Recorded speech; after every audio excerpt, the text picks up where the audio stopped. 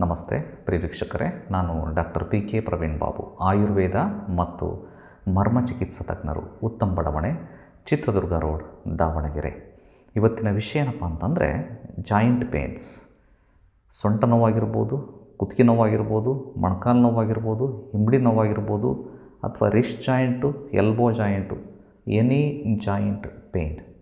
ಕಾರಣ ಏನು, ಲಕ್ಷಣ ಏನು, ಮನೆಮದ್ದು ಏನು, ಪರಿಹಾರ ಏನು, ಆಹಾರ ಕ್ರಮಗಳು ಏನು, ಕೂಲಂಕುಷವಾಗಿ ವಿಸ್ತೃತವಾದಂತಹ ಆಯುರ್ವೇದದ ದೃಷ್ಟಿಕೋನದಲ್ಲಿ ಮಾಹಿತಿ.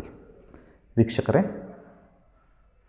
ಕೀಲು ನೋವು, ಜಾಯಿಂಟ್ ಪೇನು, ಮೂಳೆಗೆ ಸಂಬಂಧಪಟ್ಟಿರೋ ಪ್ರಾಬ್ಲಮ್ಮು ಅಂದ ತಕ್ಷಣ ನಿಮ್ಮ ಮನಸ್ಸಿಗೆ ಬರೋಂಥದ್ದು ಕ್ಯಾಲ್ಶಿಯಂ ಡೆಫಿಷಿಯನ್ಸಿ ಆಗಿದೆ, ಹಾಗಾಗಿ ಕ್ಯಾಲ್ಶಿಯಂ ಮಾತ್ರೆ ತಗೋಬೇಕು ಅಂತ ನೀವು ಎಲ್ಲೋ ನೋಡ್ತೀರಿ, ಯೂಟ್ಯೂಬಲ್ಲೋ ಅಥವಾ ಯಾರೋ ಹೇಳ್ತಾರೆ, ಏನೋ ಕೇಳ್ತಾರೆ, ಆನ್ಲೈನ್ ಕ್ಯಾಲ್ಶಿಯಂ ಮಾತ್ರೆ ತರಿಸ್ಕೊಳ್ಳೋದು.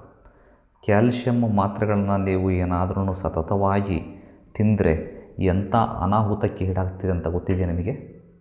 ಖಂಡಿತವಾಗೂ ಕಿಡ್ನಿಯ ಮೇಲೆ ದುಷ್ಪರಿಣಾಮವನ್ನು ಬೀರ್ತದೆ. ಲ್ಯಾಬಲ್ಲಿ ಪ್ರಿಪೇರ್ ಮಾಡಿರೋಂತಹ ಕ್ಯಾಲ್ಶಿಯಮ್ಮು ದೇಹದಲ್ಲಿ ಜೀರ್ಣ ಆಗಲ್ಲ. ವೀಕ್ಷಕರೇ, ನೀವೇನು ಕ್ಯಾಲ್ಶಿಯಂ ಮಾತ್ರೆಗಳು ಮಾರ್ಕೆಟಲ್ಲಿ ತರಿಸಿ ತೊಗೊಳ್ತಿರಲ್ಲ, ಅದು ಖಂಡಿತವಾಗಿಯೂ ನ್ಯಾಚುರಲ್ ಅಲ್ಲ, ಪ್ರಾಕೃತಿಕವಾಗಿ ಸಿಗುವಂತಹದ್ದಲ್ಲ. ಲ್ಯಾಬಲ್ಲಿ ಸಿಂಥಸಿಸ್ ಮಾಡಿರೋಂತಹ ಸಿಂಥೆಟಿಕ್ ಮೆಟೀರಿಯಲ್. ಅದು ನಮ್ಮ ಜೀರ್ಣಾಂಗ ವ್ಯವಸ್ಥೆಯ ಹೊಸದು, ಅದನ್ನು ಡೈಜೆಸ್ಟ್ ಮಾಡಲ್ಲ. ಡೈಜೆಸ್ಟ್ ಆಗದೇ ಇರೋಂತಹ ಕ್ಯಾಲ್ಶಿಯಂ ಹೋಗ್ಬಿಟ್ಟು ಲಿವರಲ್ಲಿ ಕಟ್ಕೊಳ್ಳುತ್ತೆ, ಕಿಡ್ನಿಯಲ್ಲಿ ಕಟ್ಕೊಳ್ಳುತ್ತೆ.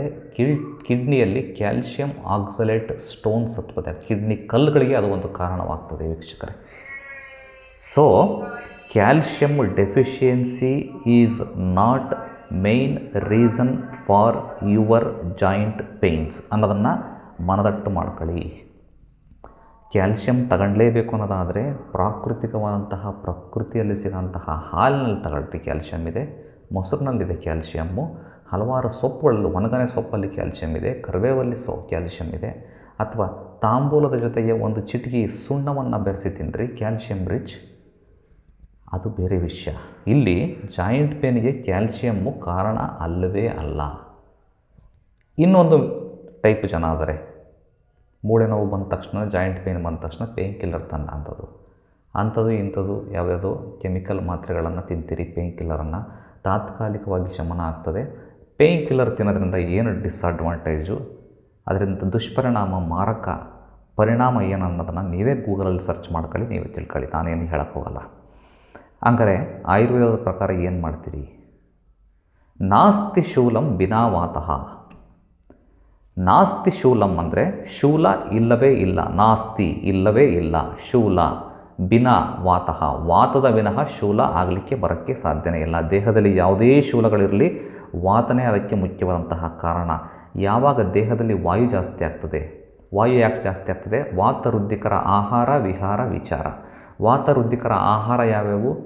Junk foods, smoking, non veg, drinks, alcohol, ತಂಬಾಕು ಸೇವನೆ, ಆ ಥರದ್ದು ಈ ಥರದ್ದು, ಆಲೂಗಡ್ಡೆ, ಬದನೆಕಾಯಿ, ಹಸಿಮೆಣಸಿನ್ಕಾಯಿ, ಕಾಫಿ, ಟೀ, ಮೊಟ್ಟೆ, ಮಾಂಸ ಇಂಥವನ್ನು ತಿನ್ನೋದ್ರಿಂದ ದೇಹದಲ್ಲಿ ವಾಯು ಜಾಸ್ತಿ ಆಗ್ತದೆ. ಆಹಾರ ಆಯಿತು. ವಿಹಾರ, ರಾತ್ರಿ ನಿದ್ಗೆಡ ಅಂಥದ್ದು ವಿಹಾರ. ವಿಚಾರ, ಕಾಮ, ಕ್ರೋಧ, ಮದ, ಮೋಹ, ಲೋಭ, ಮಾತ್ಸರ್ಯಗಳನ್ನು ಯಾವಾಗಲೂ ಮನಸ್ಸಲ್ಲಿ ಇಟ್ಕೊಳ್ಳೋಂಥದ್ದು, ಇನ್ನೊಬ್ಬರು ನೋಡಿ ಅಸಹ್ಯ ಪಡೋಂಥದ್ದು, ಇದು ವಾತವನ್ನು ವೃದ್ಧಿ ಮಾಡಲಿಕ್ಕೆ ಕಾರಣ. ಈ ಆಹಾರ, ವಿಹಾರ, ವಿಚಾರಗಳು ವಾಯುವನ್ನು ವೃದ್ಧಿ ಮಾಡ್ತವೆ. ಸೊ ನೀವು ಪೇನ್ ಕಿಲ್ಲರ್ ತಗೊಳ್ಳೋದ್ರಿಂದ ಅಥವಾ ಕ್ಯಾಲ್ಶಿಯಂ ಮಾತ್ರೆಗಳನ್ನು ತಗೊಳ್ಳೋದ್ರಿಂದ ನಿಮ್ಮ ದೇಹದಲ್ಲಿರುವಂತಹ ಜಾಯಿಂಟ್ಸಲ್ಲಿರುವಂತಹ ನೋವುಗಳು ಕಮ್ಮಿ ಆಗಲ್ಲ. ವಾತಹಾರ ಚಿಕಿತ್ಸೆಯನ್ನು ಕೊಡಬೇಕಾಗ್ತದೆ. ವಾತಹಾರ ಚಿಕಿತ್ಸೆ ಅಂದರೆ ಯಾವುದು? ವಾತಹಾರ ಚಿಕಿತ್ಸೆ, ವಾತದ ಗುಣ ಯಾವುದು? ತತ್ರ ರೂಕ್ಷ ಲಘು ಶೀತಕರ ಸೂಕ್ಷ್ಮ ಚಲ ಅನಿಲಃ. ವಾತದ ಲಕ್ಷಣಗಳು, ಎಲ್ಲಿ ರೂಕ್ಷತೆ ಇರ್ತದೆ, ಒಣಗಿಸುತ್ತದೆ, ಅದು ವಾತದ ಲಕ್ಷಣ. ಶೀತ ಎಲ್ಲಿರ್ತದೆ, ಅದು ವಾತದ ಲಕ್ಷಣ. ಲಘು ಎಲ್ಲಿರ್ತದೆ, ಲಘುತೆ, ಹಗುರ, ಅದು ವಾತದ ಲಕ್ಷಣ. ತತ್ರ ರೂಕ್ಷ ಲಘು ಸೂಕ್ಷ್ಮತೆ, ಛಲ, ಮೂಮೆಂಟ್, ಈ ಗುಣಗಳು ಎಲ್ಲಿರ್ತದೋ ಅಲ್ಲಿ ವಾತ ಇದೆ ಅಂತ ಅರ್ಥ.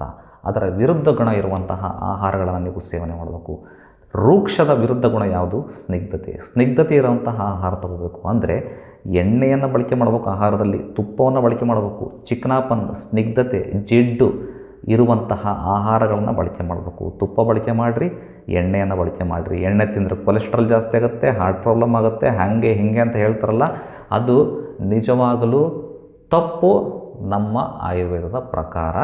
ಅದು ನಿಜ ಆಗಿದ್ದೇ ಆದರೆ ಖಂಡಿತವಾಗೂ ಅಂಥದ್ದು ಇಂಥದ್ದು ಎಣ್ಣೆ ತಿಂದರೆ ನಿಮಗೆ ತೊಂದರೆ ಆಗ್ಬೋದು. ನಿಜವಾದ ಒರಿಜಿನಲ್ ದೇಸಿ ಆರ್ಗ್ಯಾನಿಕ್ ಎಣ್ಣೆಗಳನ್ನು ಬಳಕೆ ಮಾಡಬೇಕು.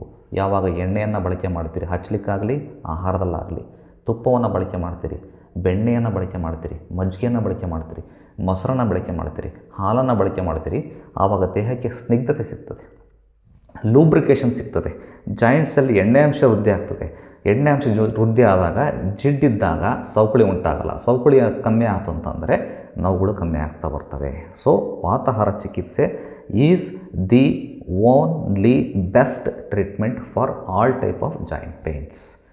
ಇದನ್ನೆಲ್ಲ ಮಾಡ್ಕೊಳಕ್ಕಾಗಲ್ಲ ಅಂತಂದರೆ ವಾತಾಹಾರ ಚಿಕಿತ್ಸೆ ಅಂತಲೇ ಅದಕ್ಕೆ ಅಂತಲೇ ಆಹಾರ ಔಷಧಿಗಳಿದ್ದಾವೆ, ಹೊಟ್ಟೆಯಲ್ಲಿ ತಗೊಳಕ್ಕಿದ್ದಾವೆ, ಅಪ್ಲಿಕೇಶನ್ಸ್ಗೆ ಇವೆ. ಹತ್ತಿರದ ಆಯುರ್ವೇದ ವೈದ್ಯರನ್ನು ಸಂಪರ್ಕ ಮಾಡಿಬಿಟ್ಟು ಆ ಥರದ ಔಷಧಿಗಳನ್ನು ತಗೊಂಡು ಎಲ್ಲ ರೀತಿಯ ಕೀಲು ನೋವುಗಳನ್ನು ನೀವು ವಾಸಿ ಮಾಡ್ಕೋಬೋದು. ಮುಂದಿನ ಸಂಚಿಕೆಯಲ್ಲಿ ಮತ್ತೆ ಭೇಟಿಯಾಗೋಣ. ಧನ್ಯವಾದಗಳು.